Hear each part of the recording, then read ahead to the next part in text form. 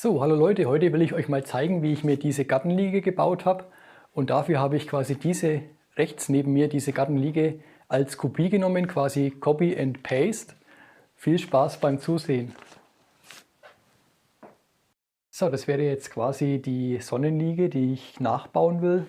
Das war eine Liege, die habe ich vor 3 Jahren gebaut und die Maße oder den Plan, den habe ich irgendwie verlegt. Also ich finde ihn auf jeden Fall nicht mehr. Das heißt, da muss ich jetzt erstmal wieder die ganzen Maße abnehmen von dem bestehenden. Als Material will ich Lärche verwenden. Hier ein Brett aus Lärche. Das war mal ein Nut- und Federbrett und da will ich mir die dünneren Leisten, diese Zwischenstege, rausschneiden. Und der Hauptrahmen besteht aus Douglasie.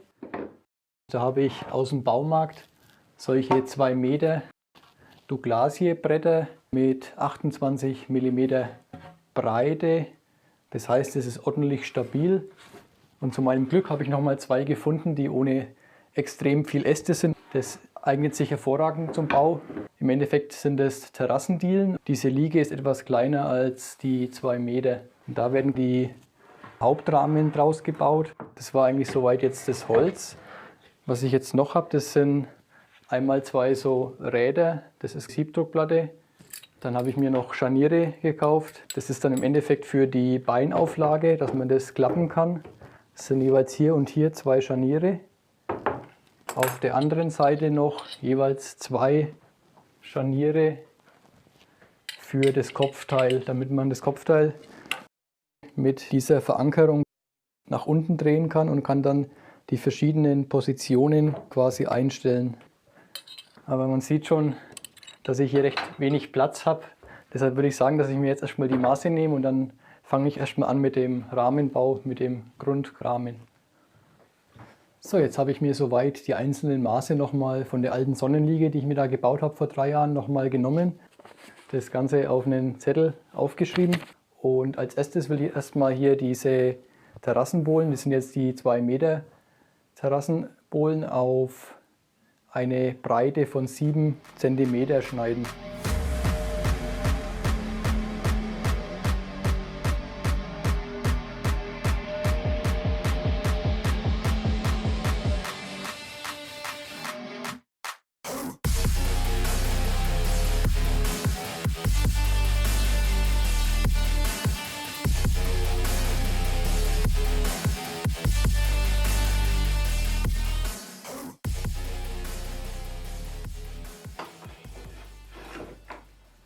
So, jetzt bin ich wieder ein Stückchen weiter gekommen. Da gehe ich jetzt mal kurz auf die Seite, dann kann man das sehen. Das sind jetzt quasi hier auf der Werkbank die ganzen Einzelteile, die ich zum Terrassenbrett oder Terrassenbohle rausgeschnitten habe für den Rahmen und die Sitzfläche. Was ich jetzt als nächstes machen will, da habe ich nochmal die Kappsäge hier aufgebaut und dann will ich aus diesen Hölzern, das ist jetzt Lärche, und aus dieser Lärche will ich quasi die Innenteile von der Sitz- oder Liegefläche bauen. Da habe ich mir jetzt vorhin schon die Nut und die Feder abgeschnitten. Das kann ich mal kurz in die Kamera halten, dann kann man sich das besser vorstellen. Da sieht man quasi, dass ich da links und rechts einmal die Nut und einmal die Feder weggesägt habe. Bei den schmalen ist es auf jeden Fall wichtig, dass man da wenig bis gar keine Äste drin hat, da das die Stabilität von den Brettern schon sehr herabsetzt. Jetzt habe ich eigentlich das mir so ausgesucht und angezeichnet. Jetzt werde ich das mal alles exakt auf dieselbe Länge ablängen.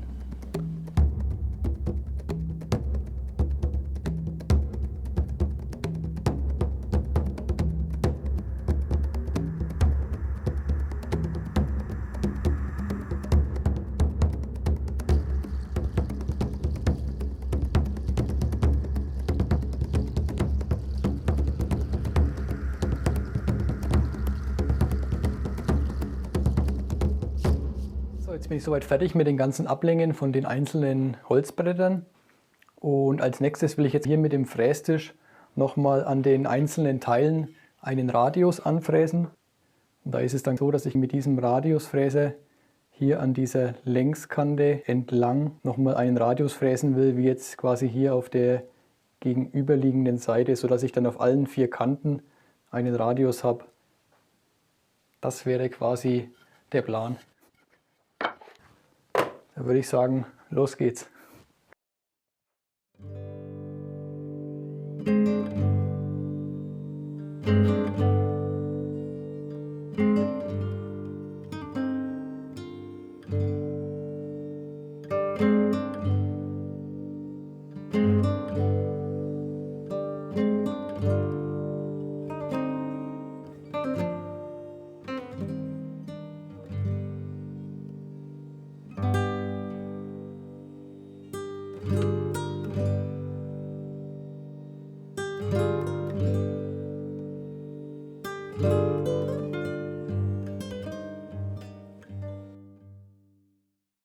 So, jetzt bin ich mit dem Holzschnitt soweit fertig und dann war ich eigentlich komplett fertig und habe dann die ganzen Einzelstücke markiert, die ganzen Positionen. Und jetzt sieht man jetzt hier im Vordergrund den Rahmen von der Sonnenliege. Und diesen Rahmen werde ich quasi als erstes bauen und daraufhin dann die 3 Segmente für die Sitzauflage. Und deswegen habe ich quasi einmal einen Zettel gehabt für die Schnittmaße und einmal den Zettel, wo genau die Position ist von den Einzelteilen. Und die ganzen Teile werden eingefräst. Da habe ich eine Fräse, ganz normale Oberfräse. Das ist die hier und da habe ich mir mal so einen Jig gebaut und diese Vorrichtung, da kann man die Fräse reinschrauben und hat dann unten 2 Anschläge, wo man dann quasi die Breite einstellen kann als Führung. Und damit werde ich jetzt die Einzelteile am Rahmen, die Aussparungen fräsen. So, da habe ich jetzt so Spannböcke, da kann man verschiedene Sachen auch auf dem Lochrastertisch festspannen. Und die werde ich jetzt so positionieren, dass ich die Längsträger auch sicher fräsen kann. So, und somit ist es jetzt relativ sicher, die Aufspannböcke auf dem Unterstellbock und dann das Ganze nochmal verspannt. Das heißt, das ist bombenfest und seitlich gibt es zwar etwas nach, aber so viel Druck werde ich mit der Oberfräse nicht ausüben.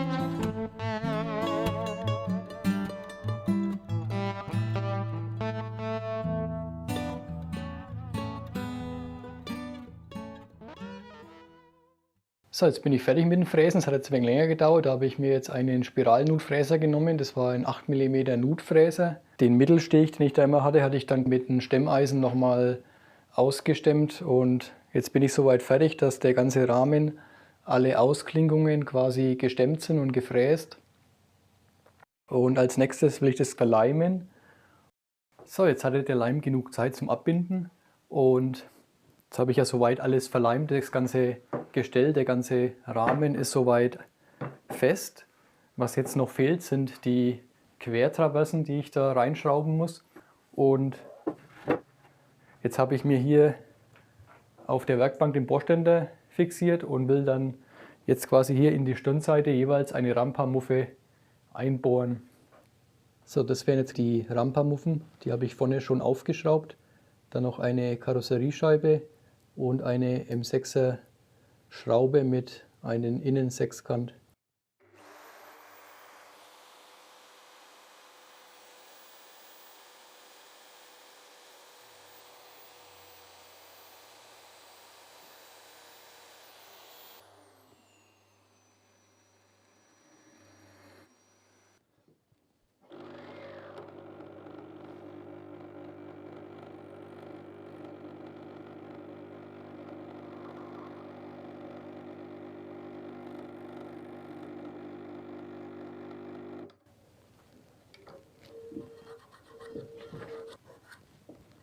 Okay, das schaut schon mal gut aus. Das habe ich jetzt quasi nochmal mit dem Senker angefasst, damit die Rampamuffe leichter reingeht, und habe dann hier in das Spannfutter den Imbus sechskant eingespannt. Aber da muss man echt vorsichtig sein mit dem Hebel von der Bohrmaschine, dass man nicht zu schnell dreht, weil dann reißt einen das ganze Holz raus. Das ist eine Gefühlssache. So, jetzt bin ich soweit fertig mit dem Gestell. Jetzt habe ich da die Traversen noch verschraubt und verleimt und seitlich die Räder. Und das nächste, was ich jetzt vorhabe, ist die Liegefläche, die Zwischenleisten fräsen. Das ist jetzt das kleinste von den ganzen Teilen, damit fange ich jetzt erstmal an. Und das Problem ist ja das, dass ich da keinen richtigen Nutfräser habe. Und aus dem Grund muss ich da erstmal vorbohren mit einem Forstnerbohrer. Das ist jetzt in dem Fall ein 20 mm Forstnerbohrer. Und diese Holzleisten haben jetzt eine Stärke von 21 mm. So habe ich mir das vorgestellt. So, aber jetzt kann man anfangen.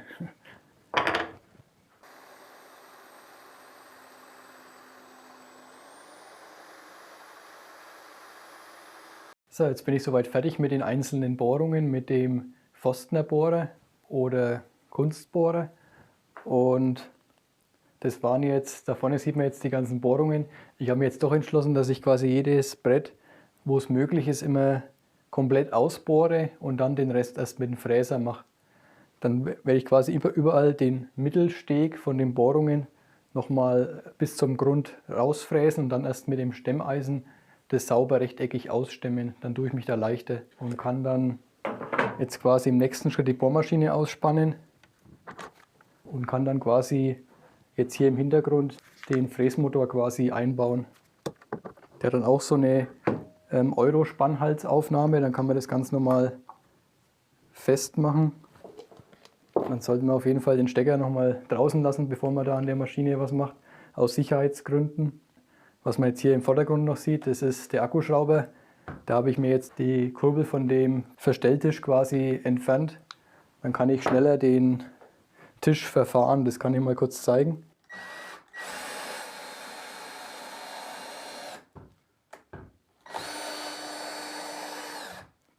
Das ist dann angenehmer zum Fräsen oder auch zum Bohren. Und dann würde ich sagen, dann fange ich jetzt mal mit dem Fräsen dann an.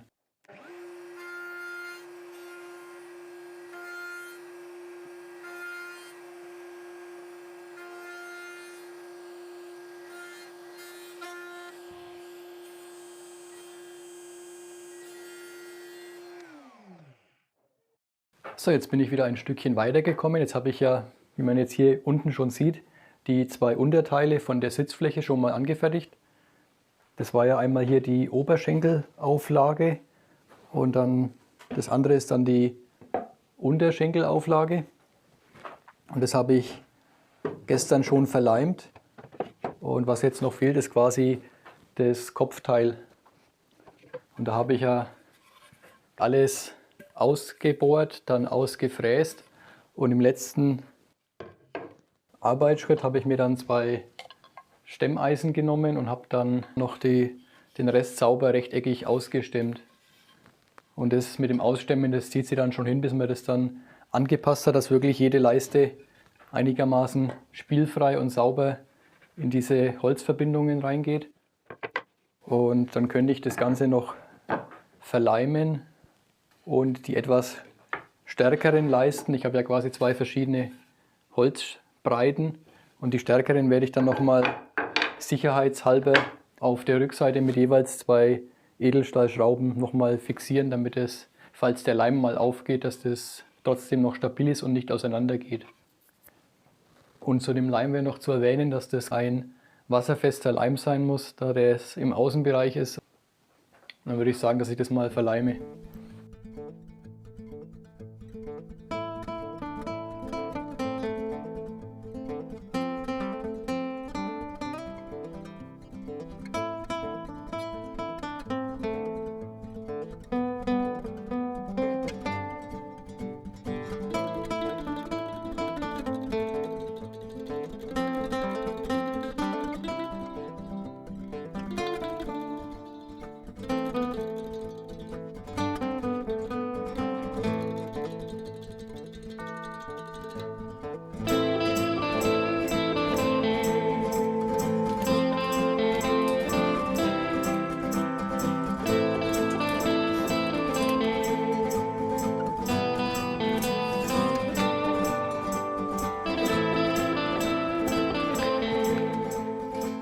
So, jetzt habe ich die ganzen Sitzflächen soweit verschraubt.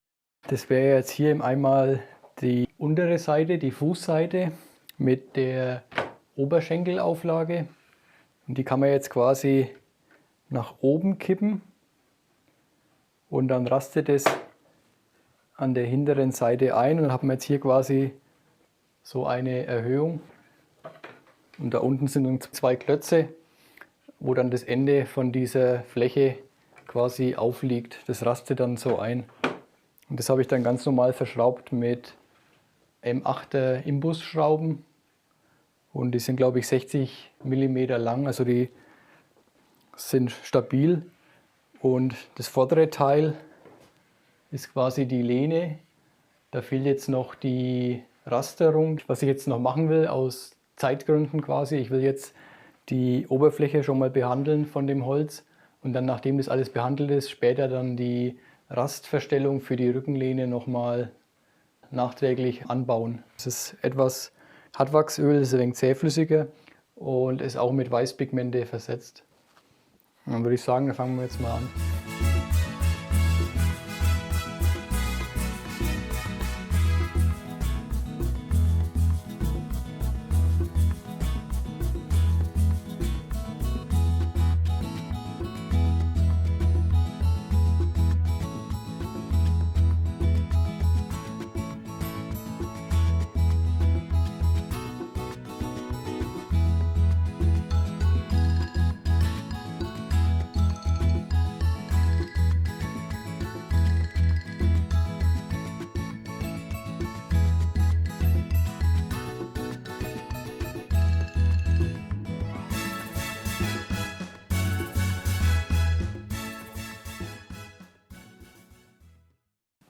So, jetzt bin ich soweit fertig mit der Gartenliege und das letzte, was ich ja getan habe, war quasi die Oberflächenbehandlung mit diesem Hartwachsöl und das ist jetzt eingezogen und dann habe ich die Rückseite nochmal komplett behandelt und was ja jetzt noch gefehlt hat, das war quasi die Lehnenverstellung.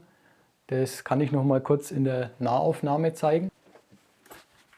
So, und das wäre jetzt quasi die Lehnenverstellung, die ich noch nachträglich angebaut habe.